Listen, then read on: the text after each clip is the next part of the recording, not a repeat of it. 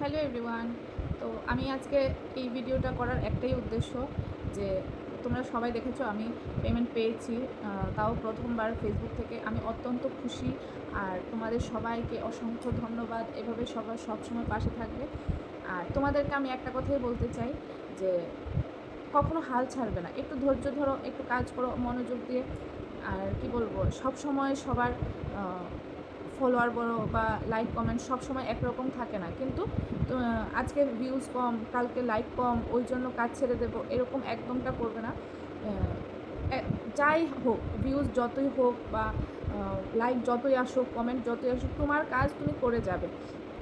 একটা সময় আসবে দেখবে, মানে কি বলবো, তোমার এটা মানে একটা ভালোবাসা হয়ে যাবে যে আমি ভিডিও দেব, আমি ছবি পোস্ট করব, এটা একটা নেশা নেশা হয়ে যাবে। তোমার কাজে মনোযোগ দাও, দেখবে কোনো দিন তোমরা হার মানবে না, কখনো হার মানবে না।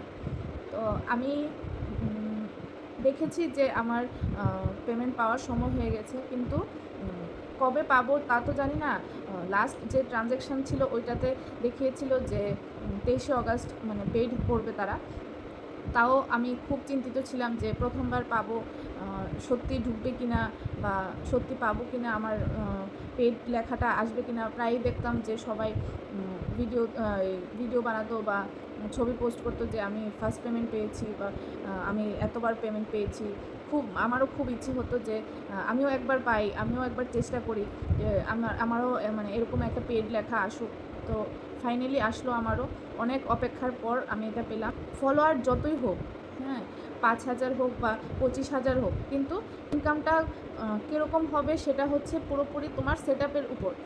এখন সেট আপ আছে, বা এখন আছে কন্টেন্ট মনিটাইজেশান, সাবস্ক্রিপশান। তো সাবস্ক্রিপশান থেকে যারা সাবস্ক্রাইব করে অবশ্যই পাবে, কিন্তু আমাদের মতো ছোটো আইডি যারা, ওদেরকে সবাই সাবস্ক্রাইব করতে চায় না বা করে না।